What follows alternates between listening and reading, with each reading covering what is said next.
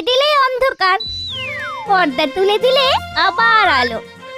সেই টুনি, তোর মাথায় বুদ্ধি আছে বটে। আচ্ছা আচ্ছা, তুই এটা কিভাবে বানিয়েছিস? রাজার কাক্কা বোক্কার গোয়াল থেকে গোবর আর ছোট ছোট জোনাকি নিয়ে আসি। একটা ছোট্ট বাটিতে গোবর ভরে রাখি, আর তার মধ্যে জোনাকি পোকা ধরে মুখটা গোবরে বসিয়ে দিই। ব্যাস, হয়ে গেল। তাহলে কালকে সকালে আমাকেও নিয়ে যাস, আমিও তোর সাথে রাজামশাইয়ের গোয়ালে গোবর আনতে যাব। আচ্ছা, ঠিক আছে। দুষ্টু পাখি বুদ্ধিমতী টুনি আমার নাম, রাতের বেলায় জ্বালায় আলো ভরিয়ে খুশির দাম। আহা, নেই যে কোনো কাম, আমার নেই যে কোনো কাম।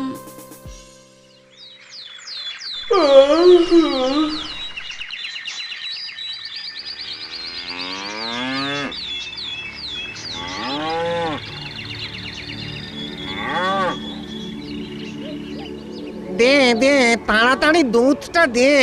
মহারাজ এই সময় দুধ না পেলে আবার কুরুক্ষেত্র বাদিয়ে ফেলবে।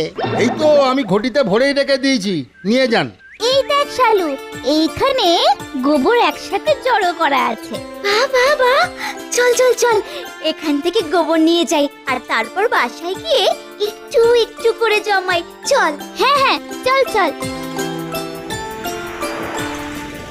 একে টুনি আর শালিক রাজবাড়ির গোয়াল থেকে গোবর চুরি করছে। কথাটা এক্ষুনি মহারাজকে জানাতে হবে। একই, আরে দুধটা তো নিয়ে যান। রাখো তোমার দুধ। 97, 98, 99, 100। রে বাবা, এতক্ষণে ব্যায়াম শেষ হলো। এই কিন্তু একই, এখনো টাটকা দুধ এলো না।